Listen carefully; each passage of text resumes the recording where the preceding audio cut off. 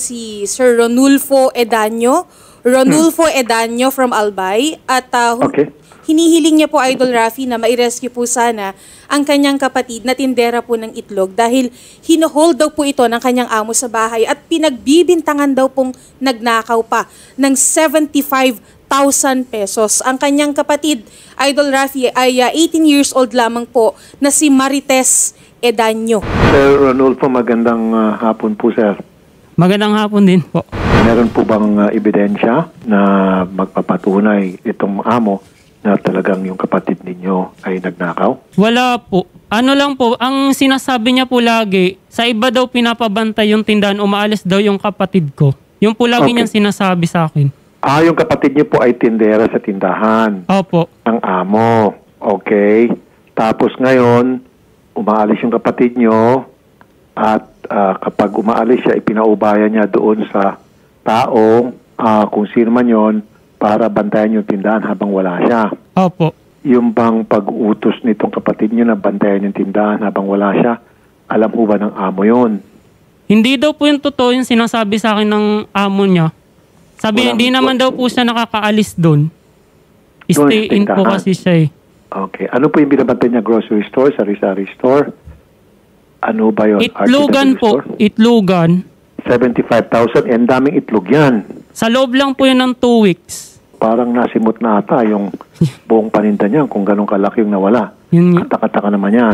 So walang ebidensya po si amo. Ang sinasabi lang ngayon ni amo kasi pinababantay mo sa ibang tao yung itlogan natin. Kaya nag-short at binibintangan na agad ng kapatid niyo. Parang ganun po. Opo. Miss Marites, ma'am, magandang hapon sa'yo. Magandang hapon po, sir. Okay, wala akong ebidensya. Ang inyong amo, CCTV o testigo o nakita kayo sa aktong kumukuha ng pera, mga ganon, wala po. Wala po, sir. Tama ba yung sabi ng inyong kapatid? Ang kanilang ebidensya lamang ay sapagkat ipinapabantay mo raw sa ibang tao yung itlogan habang ikaw ay wala. Opo. Kasi po, sir, pag minsan po bumibili po ako, sir, ng pagkain, kasi mag-isa lang po ako doon. Sino po yung taong yun, ma'am, na pumalit muna sa yung pwesto habang kayo po bumibili ng pagkain? Yung ano lang po, sir, yung katabi lang po namin, sir, si Ate Josephine po. Okay. Pasensya na, ma'am, nagiging fair lang ako dito. Tinitimbang ko lang po kung ano talagang tunay na sitwasyon. Kaano po kakilala ito si Ate Josephine? Yung ano lang po, naging kaibigan ko lang po siya doon, sir. Ma'am Yankee, magandang hapon. Apo, magandang araw po, sir. Pinagbibintangan niyo na po na nagnakaw ng 75,000 yung si Marites at kaya hinuhold niyo po siya, ayaw niyo po siyang paalisin at sir, pinababayaran niyo na po siya ng 75,000 na pagtatrabaho niya for so many months? Apo. Yung kapatid niya po, pinabantayan sa iba yung tindahan ko. So, siya po yung liable kasi siya yung tao ko. Siya po yung liable kung ano po yung mawala dun sa tindahan ko. Marites, gaano kayo katagal na nawawala habang pinababantay niyo po si Josephine? Hindi naman po umabot, sir, ng isang oras po. Kasi pag minsan po doon na po ako kumakain sa karinderya po kasi di po pinapadala yung plato po. Kaya doon po ako makain. Tapos po yung 2 oras po na sinasabi nila, isang beses lang po yun, di po yun naulit. Now, gaano kadalas po ito, ma'am, sa loob ng 2 linggo? Ano lang po yun, sir, minsan lang po. Kapag kayo ho ba ay umaalis para kumain, sabi niyo nga po, sino hong may hawak ng susi sa kaha? Wala pong ano yun, sir, wala pong susi ng kaha. Ano po, binabalot ko po sa plastic yung pera, tapos binubulsa ko po. Pag umaalis po kayo, dala-dala niyo po yung pera, yung benta. Opo. So walang naiwan pong pera doon? Yung ano lang po, yung mabibenta po ng yung pinapabantay ko, yun lang po yung may iwan. So pagbalik niyo po, may nintigaw ba sa inyo si Ate Josephine na sinasabi ito habang wala ka may bumili? Binibigay niya naman po sa akin pagbalik ko po, binibigay niya po sa akin yung benta. Is it possible po, ma'am, na baka ito pong si Miss Josephine hindi naging honest sa inyo na kumukupit? Posible ho ba yun? Na baka halimbawa may bumili halagang 5,000 so ng itlog, ang sinasabi lang sa iyo ay 2,000 tapos yung halimbawa 3,000 ay binubulsa niya. Posible ho ba yun sa tingin niyo? Ano po, sir, umalis naman po ako, sir, pagtanghali. Kasi po, pagtanghali po, wala naman po masyadong tao, sir. Wala na pong bumibili. Wala bang CCTV? Tinatanggal po nila siya ng CCTV. Paano po ng CCTV, sir? Tinatanggal po nila. Miss Yankee, may CCTV kaya tinatanggal? Sino nga? Apo. Hindi po kinukunik. Sabi po kasi, sir, pag matutulog daw po, sir, saka daw po isakda. So, pinapatanggal yun ng CCTV. Kaya nga CCTV, di ba, hindi naman tinatanggal dapat yun. Tao sa palengke, mismo ang nagsabi sa akin talaga na pinababayaan niya yung tindahan. Although kahit po yung mismong may-ari ng tindahan na inupahan ko doon. Marites, pakisagot lang po, bakit niyo po dinidisconnect? May CCTV dyan habang bukas yung tindahan.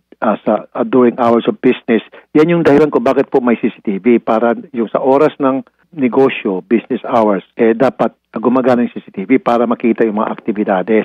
So kung yan ay biglang na-disconnect, tiyempo naman na kung saan umalis ka, kaduda-duda nga yun, di ba? Kahit na siguro kung ikaw ang maging amo, tapos meron kang kinuhang tao na magbantay and then pag umaalis siya, dinidisconnect niya. Tapos may ibang nagbabantay. Again, wala akong sinasabi na nagnakaw ka, Marites, ano? Yun lang, nilalagay ko naman yung sitwasyon ko sa amo mo. Opo. Nakaduda-duda nga naman talaga yon. Kasi kung ganoon rin lang pala, Marites, pag umaalis ka sana, isinesara mo na lang muna, di ba? Makinig lahat ng mga tindera.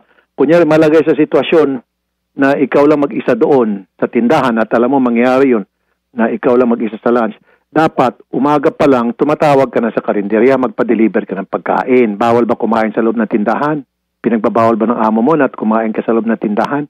Kasi kung ako sa iyo, Marites, alam mo naman pala, mag-isa ka lang at tuwing tanghali, kailan mo kumain, sana po, nagluto ka na lang muna, umaga pa lang bago ka nang bukas ng tindahan, or nagpa-deliver ka ng pagkain. Marami naman paraan na para hindi mo na kailan pang umalis, ipag-ubaya sa ibang tao, yung paninda, para doon ka nang kumain mismo sa loob ng tindahan. At saka kaduda-duda kasi, Marites, na ipaubaya mo yung paninda sa ibang tao na wala naman pala sa usapan ng amo mo. Yung bang pagpapaubaya mo sa ibang tao ng tindahan, yung ba ay may permiso sa iyong amo? Sir, yung ano ko lang din po kasi doon, sir, di ko rin po alam, sir, kung nawawalan po ako, sir, pagtulog ako. Kasi po, ang harang lang po doon, sir, ng nun sa tindahan po. Tsaka doon na kasi po ako natutulog. Ang harang lang po ng islambat lang po. Yung po bang pagpapayag mo na or pagkuha mo ng kapitbahay mong si Miss Josephine na magbantay habang ikaw ay kumakain sa labas ng isang oras, yun po ba ay ipinaalam mo sa iyong amo? Hindi po. Okay. Bakit hindi mo pinaalam sa iyong amo? Ilang beses mo ba ginawa ito? Minsan lang po, sir. Kasi po, sir, pag minsan po nakakapagsaing naman po. Kaso po, pag minsan po, hindi po talaga, sir. Nung sinabing nawalaan ka, from what period to what period, ilang beses mo nagawa ngayon? Kasi sabi daw ata sa research, in a span of 2 weeks daw, nawawala yung 75,000. Tama? Sabi daw po nila, ganun daw po, sir. Okay, ganun. Okay, so sa loob ng 2 linggong yon, ilang beses na pinabantay mo si Ate Josephine? Siguro po, sir, sa 1 week po, sir, lang po. Mga 3 lang pong beses. So sa loob ng 2 linggo, 6 na beses. Opo. Hindi ka ba nakapag-isip na sabihin doon sa amo mo na, ate, kailangan ko kumain. Siyempre, kahit na sino, kailangan kumain ng tanghali. Pinababantay ko lang kay Josephine. Hindi mo ba sinabi? Hindi po. May mali ka doon. Malaki ang pagkakamali mo, malaki ang pagkukulang mo. Ma'am. Hello po, apo. Magkano pong kinikita ng itlogan ninyo sa isang araw? Pumapalo din kami dyan ng 20,000. 20,000 a day? Sinungaling. Opo. 12 lang. 12 lang. Sabi sinong nagsabi 12 lang? Wait lang po Yung mga sinisend niya kasi sa akin na kinikita niya, 12, 6. 12 lang yan, sir. Sinungaling yan, 20. Ay, Okay, sige po. bakit nakikialam ka dito? Hindi naman Nakikialam. ikaw yung nandito. Nang malaman mo, ang dami kong ebidensya, hawak ko Facebook ng kapatid ko. At saka, Alam mo? sige, wala namang problema sa akin kung hawak mo yung Facebook Ang kapal ng ng kapatid mukha mo, no? It doesn't matter sa akin, Doesn't matter.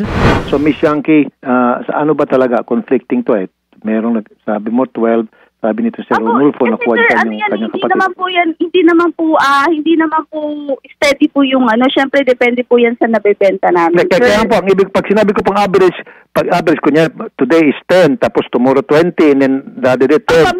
So, pag i-average mo po yan, so sasabihin natin baka nasa 15, give or take, pag sama-samahin. Yung nasa gitna, mga magkano po a day? Ang sinasendya po sa akin na kinikita nila is minsan 7, may 3,000, 2,000.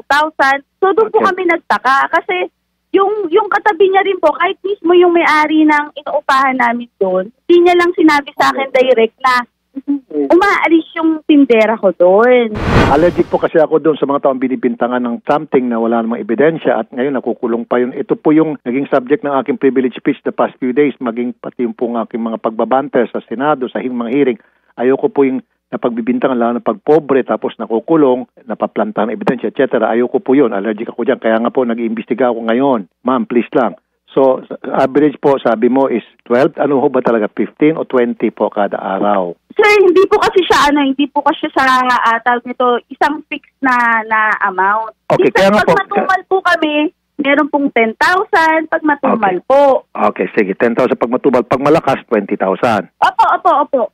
Ayan nga po sinasabi ko. So 10, kung minsan mahina, pag malakas 20. So sabihin na lang po natin siguro, igit na natin 15. Ano po? Tama? Opo. Ano ho ba yung pagpupunta nyo dyan sa tindahan para mag-inventory? Paano bang ginagawa yung inventory? Daily, weekly? May sinesend po sa amin na sulat. Sino po nagsasend ng sulat? Kumbaga pag nag-deliver po sila doon, meron pong lista. So absentee owner po kayo, hindi pala kayo nagpipirmi dyan sa tindahan? Hindi po, sir. Po si Marites. Okay. Hindi po. Bali, pag nagdi-deliver po yung tao ko, may tao din po ako nagdi-deliver doon. So, katiwala niyo talaga itong si Marites at ngayon. Apo. Okay. So ngayon, yung inventory niyo binabase niyo po doon sa sinasabi nung nagdi-deliver, yung mga figures na binibigay sa inyo yung deliver versus yung sa sales. Tama? Apo. Na ni-report po ni Marites. Okay, good. Apo. Pangalawang tanong, hindi po pala sinasabi sa inyo ni Marites na merong Ate Josephine na pinababantay niya? Hindi po niya po sinasabi sa akin, sir. Okay, pangatlo, bakit hindi po kayo mismong gumawa ng paraan na para magkaroon na po siya ng pagkain sa loob ng tindahan para hindi sir, actually, nagbigay po kami doon ng lutuan nila. Kaya lang, hindi po nila ginagamit yung lutuan. Pwede naman po sila magluto doon. Sinong sila? Bakit po sila mong sila? Actually, dalawa po kasi sila una doon. Ang talaga nakatoka po kasi doon, si Marites po kasi talaga yung nag-presenta. Siya po yung nagpresenta na siya na yung tatao sa tindahan. Kasi dati, nag-reshuffle po kasi ako ng tao. So, si Marites po, nagpresenta siya na siya daw ang gusto niya daw po doon. Hindi ko po siya ako mismo nagtalaga sa kanya kasi sa bahay po namin yan Sa bahay po namin yan naka-assign sa pag-sort po ng itlog. Ngayon, siya po yung nagpresenta. Nung nabawasan po kami ng tao, siya po nagpresenta na doon siya. Dalawa sila doon, sir. Kaya lang kasi, nung nawala ng tao, kinuha ko po yung isa. Kung nakikinig si Ma'am Marites, Ma'am Marites, meron kang malaking kapabayaan doon. Meron kang malaking kasalanan doon. Kahit na siguro akong amo mo, Ma'am Marites, ginawa mo sa akin yan, talagang pagdududahan kita ng todo-todo. Maling-mali yung ginawa mo. Binigyan ka na pala ng lutuan, hindi mo ginamit yung mga binigay sa na lutuan, tapos nag-volunteer ka na ikaw na lang. At Marites, tapos isa pa, hindi ka nagpaalam sa iyong amo na magtatalaga ka ng ibang tao. Hinari ka dyan dahil ikaw ang pinagkakatiwalaan ng amo mo. Hindi mo pwedeng ipasa yung pagkakatiwala sa iyo. Hindi po transferable po yan. Kung ikaw lang pinagkakatiwala ng amo mo, ikaw lang yon. Hindi mo pwedeng ipasa yan kahit kanino. Mali ka na naman doon. Pangatlo, yung CCTV disconnected tuwing umaalis ka. Karapatan nga talaga ng amo magduda. Ang ano lang dito, nakikita ko naman kay amo, diyan po nagkakaproblema, marami akong alam na ng mga negosyo, nababankrupt dahil yung owner absentee. Ipinagkakatiwala sa mga tao niya na thinking na yung mga tao niya ay talagang 100% honest na meron namang hindi, kinukupitan talaga siya. Ngayon, kung wise yung tao niya, smart, gagawa ng mga paraan na para hindi siya mahuli, para walang ebidensya. At isa na nga dyan, yung sisirain yung CCTV para walang matibay na ebidensya na magpapatunay na talagang nagnanakaw itong si tao kay amo. Ang problema mo lang dito ngayon, Ma'am Marites, wala ka matibay na ebidensya. Marami lang mga pagdududa. Kaduda-duda nga lang, pero walang matibay na ebidensya. Therefore, kung siya po aalis dyan sa inyo, hindi niyo po pwedeng pigilan dahil sa pagdududa niyo na baka siya po yung magnanakaw. Now, let's consult Attorney Blessy. Attorney Blessy, kanina ka pa nakikinig yan. Anong take-away mo? Sir, kulang po for me yung sistema siguro nung kapag nagnenegosyo ka, malasakit mo rin sa mga taon mo na meron kang sistema dapat sa pag-inventory everyday para hindi ko rin maintindihan kung bakit umabot ng 75,000 to eh. Kung merong nangyayaring kalokohan, dapat yung unang kalokohan pa lang nahuli na nila, hindi aabot ng 75,000. So dapat mapakita niya rin kung anong basis Parang nagtataka ako bakit parang sarado sa 75,000 din ito. Kahit pa meron siyang utang, wala silang karapatan na i-hold si Marites. Kung gusto nilang sampahan ng kaso, sampahan po nila. Sabi ko na may pagkukulang din itong si Amo. Yes, sir. Sabi ko absentee owner. On the other hand, let's accept the fact na may problema din itong si Marites. Tama po. Dapat wag natin tinatakpan kung may mali. Tama po, sir. Nakikita ko, malaking pagkukulang din ni Marites. Opo, sir. Hindi porket may pumunta sa atin dyan na complainant na mahirap, agad-agad paniniwalaan natin. Opo, sir. Tama, Atty. Plessy? Now, whether may nawala dyan o wala, dahil yung pag-alis niya doon, pwede siya mabutasan kung kunyari yung amo talaga pinag-initan lang siya kahit walang katotohanan. Pwede sabihin na nawalan ako kasi umalis-alis ka. Hindi nga isiguro ikaw nagnakaw. Ang nagnakaw yung si Josephine. Ba't mo kasi pinapalis? Ngayon, kulang ako. Ikaw ang may responsibilidad dito. Tama po. Tapos, isa pa, bakit ka alis? 1 hour para kumain. Tama? Kung minsan 2 hours pa raw. Tama. Masyado pong patagal bakit mo paalisin yung dati mong kasama para sabihin, ako na lang dito kasi dati 2. Ngayon, 1 na lang at nag-volunteer. So, maraming butas nga dito sa kakasambahay. Opo. May pagkukulang din itong amo dun sa kanyang sistema. Yes, sir. Na pinaabot nga. Miss Yankee, bakit umabot ng 2 weeks, every 2 weeks inventory mo? Sir, kasi actually, dumaan kasi ako sa matinding depression nun, sir. So, talagang alam po din ng parents ko yun. Nagkukulong lang ako sa kwarto. Alam po nila yung lahat. Nade-depress ako. Siyempre sa negosyo, sir, alam niyo naman po yun, di ba? Na may times talaga na nakaka-depress. Kaya hindi ko talaga nag-check. So, nagpapadala, pag nag-message siya sa akin na wala nang ganito, Ate Queen, ganyan. So, pinapadalan ko na lang po. Inuutos ko po sa mga tao ko na inilista rin po. Marites, bakit nadi-disconnect po yung CCTV tuwing ikaw yung umaalis para kumain? Sir, pag minsan po, di naman po talaga yun, sir, nakasaksak, sir. Ba't hindi mo sinasaksak? Sinasaksak ko naman po yun, sir. Kaso, sir, yung saksakan nga po, sir, dun, sir, bawal po, sir, nang napupuno. Kasi po, sir, nag-uusok po. Ano po, sir, yung nag-iinit po, sir, yung saksakan, sir. Kasi po, overheat, overload, idol? Opo, kasi po yung saksakan po doon talaga, sira na po kasi yun. Nasisira na po, kaya bawal po siyang mapuno. Bakit tinatanggal mo dahil umuusok? Ilan ba ang mga nakasaksak doon? So parang sinasabi mo, octopus connection. 2 ilaw po, sir, nakasaksak doon. Yung may-ari po nung sila nag-uupa, sir. So, isang main, tapos maraming saksakan. Opo, marami po kasi doon sila nakasaksak, sir. So, kung ganun, bakit hindi mo sinasabi doon sa may-ari para ayusin yung sir, connection? sinabi ko na po, sir, paulit. Tumawag na din nga po ako, sir, sa amo ko. Sabi ko, sir, na umuusok po, sir, yung saksakan po. Sabi po ng amo ko, sabihin ko daw po doon, sir, sa may-ari po, sir, ng upahan. Tapos sinabi ko naman po doon, sir, sa may-ari po ng upahan. Kaso pinabili rin po yung amo ko. Kaya yung pala, Miss Yankee, nasagot na niya po yung tungkol doon sa Kasi very crucial yung para sa akin. Importante yun, yung tuwing umaalis siya, aalis yung saksakan. O kahit na hindi siya umaalis, dinidisconnect ko yung CCTV. Yan, nasagot na po. Umuusok. Tama lang po, kahit na siguro akong kasambahay, umuusok, bubunutin ko, baka masunog.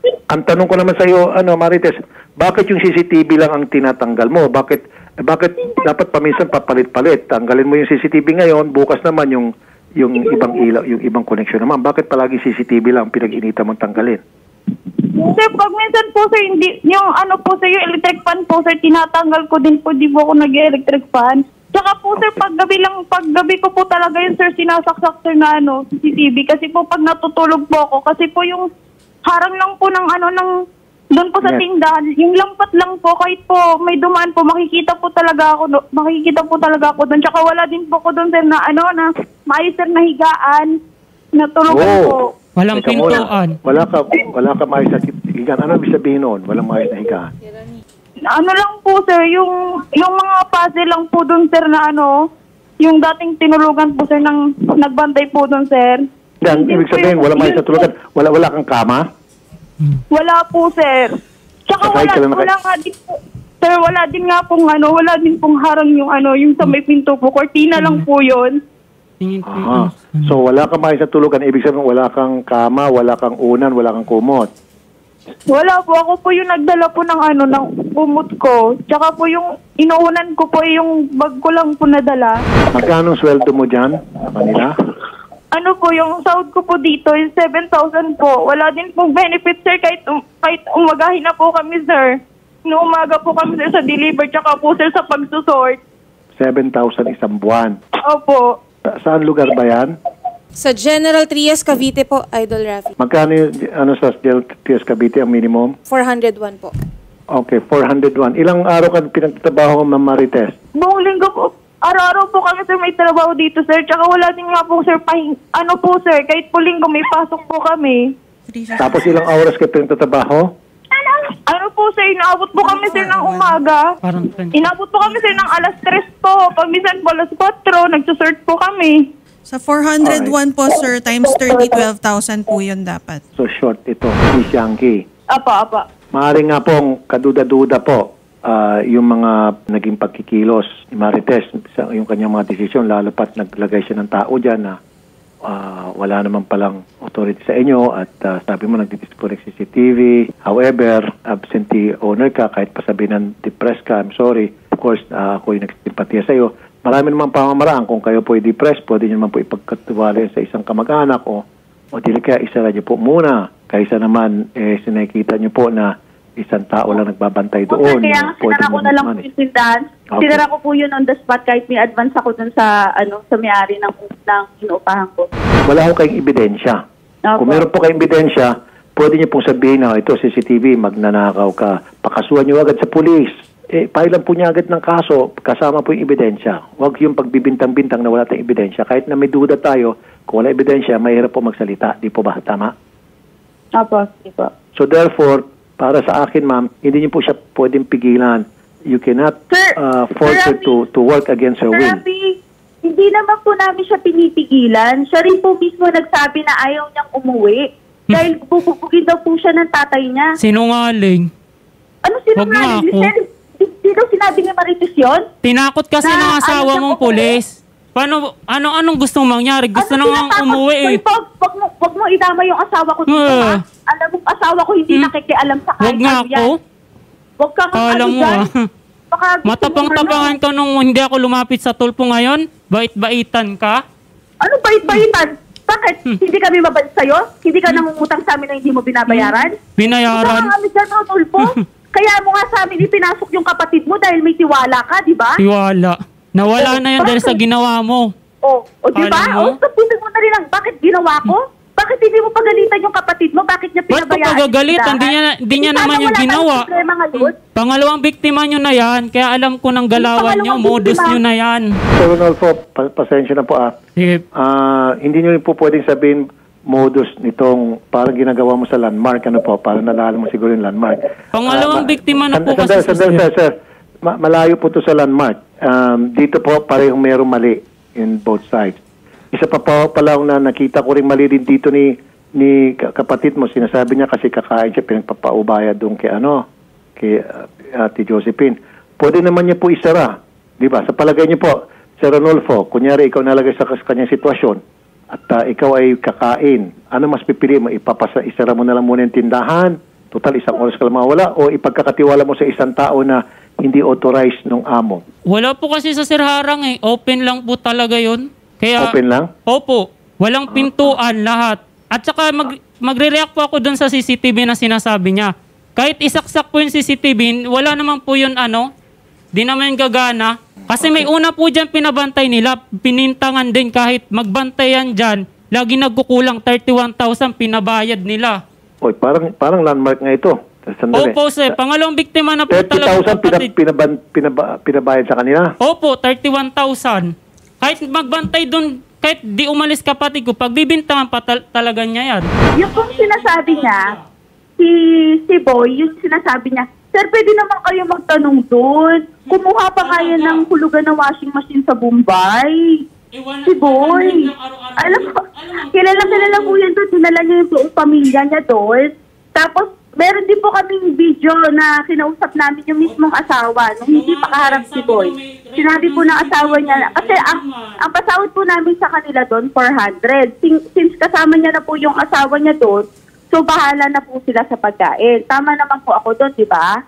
Okay. Pero ma'am, unang-una ma'am, mali yung pasweldo niyo po sa inyong tao at saka hindi po maayos yung tulugan. Hindi po ganun Sir, ang meron tamang sila pagtrato yung po. parang yung, kasi maliit lang po yung pwesto ko dun, sir, eh. So, hindi naman po kayang maglagay kahit ng kama. Well, kahit Ang na, ma'am. nilagay po natin... Ma'am, no. Dapat, ma'am, no. Dapat, ma'am, yung inyo pong mga empleyado, bigyan niyo po ng maayos na tulugan. Kahit man lang cut bed. Maliit lang naman po yung cut bed. Tapos magkuha ka ng unan, kuha ka ng kumot o kulambo para hindi lamuking kasi open pala. Huwag po yung matutulog sa hig tapos yung una niya bag tapos walang kumot. Grabe na po yun. Hindi na ako sang-ayon doon. Sobra-sobra na po yun. Pag mamalupit po yung pang-api na po yun sa manggagawa natin. Foul po yun, ma'am. Tapos hanggang umagang tatrabaho for 7,000. Dapat yung kinumpute ni Sharian, hindi pa kasama overtime, 12,000. Di ba? Kasi ngayon, kung i-compute natin sa sweldo ng manggagawa, parang yung manggagawa pang nananakawan dito. Kasi dapat ang sweldo niya 12,000 ngayon, ang binibigyan lang sa kanya 7. Pagkatapos ngayon, mag-aabono pa siya. Parang landmark na nga. Tama nga naman si Kuya Ronulfo. Sa amin po nanggagaling ang pagkain nila. Ma'am, huwag mo binibigyan ng pagkain. Nila. Sir, kasi yung minimum wage po kasi na sinasabi po ni Mang Sherry, hindi naman po kasama yung doon, yung food po ng employee. Ma'am, alam mo, nako, lalo ako, imbis na kanina, naging paludada ako kay Miss Marites dahil nakikita ko yung maraming butas, maraming tanong sa kanya. Ngayon, ikaw nang pagdududahan ko ng todo-todo. Pati ba naman yung pagkain, isisingil mo? Hindi po, sir. Hindi po sa sinisingil ko, sir. Kasi di ba po, kapag ka po sa mga company na nag-reach po ng 12,000 yung sahod, sir, di ba hindi naman po kasama yung food? Pero ma'am, sige. Gusto mo singilan? Sige, gusto mo singilan? Okay, maniningilan ko sa'yo. Yung po ba yung paniningil mo, pagbabawas paniningil ng food, inaprubahan mo ba ng dole? Kasi kinakailangan mo kumuha muna ng approval sa dole. Pabawas ng food sa kanila. No, ma'am, no. Huwag ka magpilosopo sa akin. Kung sa isang empleyado na binabawasan mo, kinakaltasan mo yung kanyang sweldo, kinakarga mo doon sa pagbibigay mo ng free accommodation o free food, that has to be approved by DOLE. Kasi inspeksyon ng DOLE, ano bang kinakain yan? Tuyo ba o crispy pata ba yan? Puro o lechon? Ganon yun. Kaya dapat dumadaan sa approval ng DOLE. Hindi ka pwede mag-decide na from 12,000, 7,000 ibibigay ko sa'yo kasi bawas sa pagkain mo. Ano yung kinakain niya? Kaya nga dapat in-approve ng DOLE. May isang po siya nag-12,000 nung nandito na, pero nung nandun po siya sa tindahan, 10,500 po yung sahod niya. Kulang ka pa rin ng 2,000. Opo, 10,500 po yung sahod niya dun, sir. Kulang ka pa rin. Plus yung overtime niya. Plus yung tulugan niya. So, ma'am, may butas ka rin dito. So, therefore, in this case, ma'am, gusto ko i-release mo po yung iyong kasambahay kung ayaw na niyang magtrabaho dyan. Ngayon, kung meron man kang pagdududa sa kanya, problema mo yung kasi wala kang inilatag na magandang sistema para hindi ka malusutan kung talagang totoong nalulusutan ka, okay? Sir, wala naman po problema. Pwede naman po pauwiin na lang. Very good. Tapos? Wala naman po. Saka sir, i-correct ko lang po, hindi po namin sila hinuhold dito. Hindi po namin sila hinuhold kasi kung hinuhold po namin... ano tong kasulatan sa net mo? Joke lang to. Hindi po sila makakapagperya, hindi po sila makakagalat. Tama naman po ako doon, di ba? Okay, Miss Marites, gusto mo ba talaga umuwi, di ba? Opo. Ano yun po kasi, sir? Sabi nga po, sir, pwede naman po ako, sir, umuwi. Kasi daw po, sir, kailangan daw po, sir, buwan-buwan, magpadala daw po ako, sir, ng 5,000. Tapos po, sir, pag hindi daw po, sir, pag hindi daw po ako, sir, nakapagpadala, sir, ng 5,000, wala daw, sir, ikukaso daw po talaga. Ano, kakasuhan ka? Opo, yun lang sabi niya. Kaya po, nag-decide na lang po ako na magtrabaho na lang po ako sa kanya. Kasi wala naman po kami talaga, sir. Ma'am Yanki, bawal po yun. Bawal. Kasi pag ginawa mo yun, akong magkakaso sa iyo. Yun nga po, wala kang problema sa akin. Okay na po, kahit pauwi na po siya para matapos lang. Okay, good. Ngayon, yung pinirman yung kontrata, mababaliwala yan. Okay?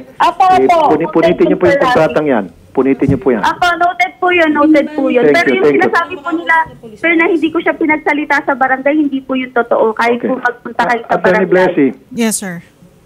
Yung kontrata, baliwala yun, null and void, tama? Kung mapaprove po na napilitan lang po talaga, pwede naman pong i-allege ni Marites na napilitan lang siya under the circumstances sa pagpirma nito. Yun po magiging basehan na mapawalang bisa po yung kasulatan. Kaya nga tama ka, under circumstances dahil natatakot nga siya dahil may kamag-anak na police. So, walang bisa yon. So, under duress, yes, if you will. Kaya siya pumirma doon. Dahil pobre lang ito, itong isa may sinabi at may kasamang police. So, ang ibig sabihin, babaliwalain natin yung pirmahan. Tama? Pwede pong i-allege na po pagka kinasuhan po siya kung sakali po siya kakasuhan. Right. At wala namang ebidensya. Opo, yun Diba? din po. Opo. At bawal yun na magkakaltas ka sa sweldo ng isang tao na wala ka namang solid proof na talagang siya ay nagnakaw. Tama? Parang katulad sa landmark. Yes, sir. If So merong ito utang... yung sinasabi ko. Marami palang mga ganito na hindi lang pala landmark. Marami palang mga establishmento na nag-i-style landmark. So from now on, maging koy natin pag may mga ganitong klaseng kaso, ang itaterm natin dito, landmark. Landmark case. This is a landmark case. Tama Diba? po, sir. Sige po, ma'am. Yung kontrata po, baliwalaan nyo lang po yan. Wala na akong balak habol or whatsoever. Okay na po doon. Pwede na po nilang po kapatid nila. Para Ay, matapos salamat. po kasi nakaka-stress din po talaga. Ay, ma'am, advice ko lang po sa inyo, ma'am. Una, ang gagawin niyo po, isara niyo, yung tindahan niyo po, lagyan niyo po ng secured na mga wall. Kasi po, Sinara ko na po yun. good. And then sa lahat po ng mga okay, good. Ang advice ko lang po sa lahat ng mga tindahan, ito po, marami akong karanasan dito, marami na akong alam. In fact, may mga magkakamag-anak pa nga, pinababantay yung mga kamag-anak, thinking na meron pa nga ako alam dyan, tatay pang pinagbantay sa tindahan, meron pa kapatid pa mismo. Tapos bandang huli, nagka-short-short, ninanakawan. Kahit na magkakamag-anak, pag pera, mainit ang pera. Okay? So, ang pinakamaganda talaga, kung meron kang tindahan, mas maganda kung ikaw mismo nagbabantay. O siguro anak mo, o kasosyo mo, para hindi na magkakaroon ng pagdududa. Yun na lamang po muna. At least lesson learned para sa inyo. Alam niyo na po next time kung anong gagawin pag kayo nagtinda. And then yung dapat po, ma'am, everyday nandoon kayo, binabantayan nyo at yung CCTV, chinecheck nyo kung gumagana pa rin, etc. etc. Hindi po pwede gamitin na kayo po'y depressed. Dapat kung kayo po'y depressed, well, I sympathize with you. Ay kumuha kayo ng ibang mga tao na para mag-counter-check, mag-anak, etc. Okay, sige ma'am. Salamat ma'am sa inyong cooperation. So, pauwi nyo na po si Ma'am Marites at wala na po yung pinirman. Ano po? Paano po pala to, sir? Susunduin po ba nila? Susunduin po nila o ano po? Paano pong gagawin namin? Idol Rafi, meron naman tayong coordination din po sa PNP ng General Trias Cavite. Nasa linya po natin si Colonel Jose. Kami na lang po Aparato. magsusundo dyan, ma'am. Opo. Kami po ang susundo niyan dyan sa Cavite. Tapos tatanungin namin si Sir Ronulfo kung saan nyo gusto dali namin yung kanyang kapatid. And then, ma'am, kung meron pong mga kulang na sweldo, pakibigay na lang. Mahigit 2 months po siya hindi sumasahod. Oh, very September good. 22. Masahod po yan. September 22 po nangyari yun. Di na siya sumahod hanggang ngayon. Okay, ganito pong gagawin natin. Ma'am, Yankee at Miss Marites, magkwentahan na lang po kayo sa barangay at kung magkano talaga yung kulang, dapat ibigay. Okay? Yun na lang po. Ako sumasahod naman po ito. So magkwentahan po tayo dun sa barangay. Sasamahan sa barangay, pakihatid na lang po sa barangay at or yung PNP siguro o sa PNP. Nandiyan ba yung PNP? Hello? Yan pa ng PNP natin? Colonel Jose Aparato Jr. po, Idol Rafi. Colonel Jose, magandang hapon po, sir. Colonel. Hello, sir. Magandang hapon po. Idol Rafi Tulfo, sir. Opo. Pakitulungan na lang po itong complainant namin na para siya po'y masundo para madala po sa barangay. At doon na lang po ay assist sa barangay, magkwentahan po kung magkano pa po yung sweldo masisingil nitong si Miss Marites at ibigay. And then susunduin po namin dyan sa inyo na lang para dalhin dito sa kapatid niya sa Maynila kay Sir Ronulfo. Okay, Colonel, sir? Thank you po. Thank you. Thank you po, Colonel. Mabuhay po kay Colonel. Detail, sir. Opo, Colonel. Bibigay po namin kayo sa inyo ganyan din po. Sige, ganun lang po. Okay, sige, Sherry. And Ma'am Attorney Blessy. And Sir Ronulfo, Ma'am Marites and Yankee. Sige po, at least na-solve natin. So magkakaroon tayo ng Merry Christmas lahat. Thank you.